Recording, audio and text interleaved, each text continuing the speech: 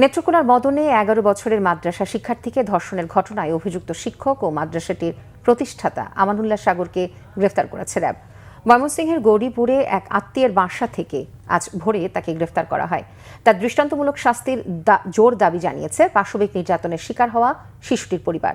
Mymensingh staff reporter Amit রায়ের report. নেত্রকোনার মদন উপজেলার হযরত ফাতেমাতুজ জোহরা মহিলা কওমি মাদ্রাসায় পড়াশোনা করত ১১ বছরের শিক্ষার্থী। মা কাজ করেন সিলেটে, বাবা তাদের সাথে থাকে না বহুদিন। শিশুটি তার নানির কাছে থেকে মাদ্রাসায় পড়তো। সম্প্রতি ওই শিশু শিক্ষার্থীর শারীরিক অবস্থা দেখে পরিবারের লোকজনের সন্দেহ হয়।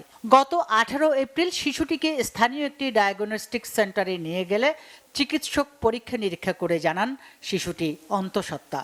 সোনোগ্রামে আমি যেটা পেয়েছি যে তার প্রেগন্যান্সির বয়স হচ্ছে অ্যারাউন্ড 27 উইকস 5 ডেজ, 27 সপ্তাহ 5 দিন, এবং বাচ্চার ওভারঅল হেলথ কন্ডিশন যেটা আসলে তো 11 বছর, তার তো এটা বিকাশের শরীর, সে বড় হচ্ছে আস্তে আস্তে। শিশুটি জানায়, গত ২রা অক্টোবর মাদ্রাসা ছুটির পর ভয় ভীতি দেখিয়ে তার সাথে পাশবিক আচরণ করে শিক্ষক আমানুল্লাহ সাগর। পরে তোমার কি ধরনের ভয় দেখাইছে? মায়ের ধরে ভয় দেখাইছে? হ্যাঁ, মার দেন।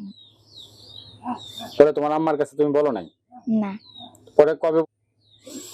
আমার আম্মু আমাকে নিয়ে শুচ্ছে, তারপরে আমার পেটের মধ্যে হাত দিছে, দেখে উঁচু লাগে, উঁচু লাগে আর কি। তারপরে এরকম ঘটনা, তারপরে আম্মুরে বলছেন। এ ঘটনায় গত 23 এপ্রিল শিশুটির মা শিক্ষক আমানুল্লাহর বিরুদ্ধে ধর্ষণের অভিযোগে মামলা করেন। অভিযুক্ত শিক্ষকের দৃষ্টান্তমূলক শাস্তির দাবি তাদের। ঘটনাটা বুঝতে পারছি, আমি বাড়িতে ছিলাম না।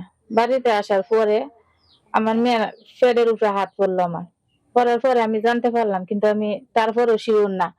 আমি আবার গেলাম মদন, গিয়ে আলটা করলাম। আলটা করে দেখলাম ও 6 মাস হয়ে গেছে গা। এখন আমার মেয়ের সঙ্গে যে এই ঘটনাটা ঘটছে, আর কারোর সাথে যেন এই ঘটনা না ঘটে, এটাই আমি বিচার চাই। এই থেকে তুই নাতি আমার কাছে থাকে, আমি লালন পালন করি, মাঝে মাঝে তার মাছ ধরাও যায়। তার ঘটনাটা হ্যাঁ করছে, এই ঘটনার স্থলে যাতে আমার দাবি বিচার চাই, যাতে কোনো সময় যাতে কোনো হিমিলির অঘটনা না ঘটে। খবরটি ছড়িয়ে পড়লে অভিযুক্ত শিক্ষক আমানুল্লাহ গা ঢাকা দেয়। বুধবার ভোর 4:15টার দিকে অভিযান চালিয়ে ময়মনসিংহের গৌরীপুর উপজেলার সোনমপুর গ্রামের এক আত্মীয়ের বাড়ি থেকে তাকে গ্রেফতার করে র্যাব 14-র একটি দল। ঘটনার পর থেকেই গত 3 দিন থেকে কাজ করছি। তো সে প্রথমে গেছে গাজীপুর, তারপরে গেছে টঙ্গী, তারপরে ওখান থেকে চলে এসছে গৌরীপুর।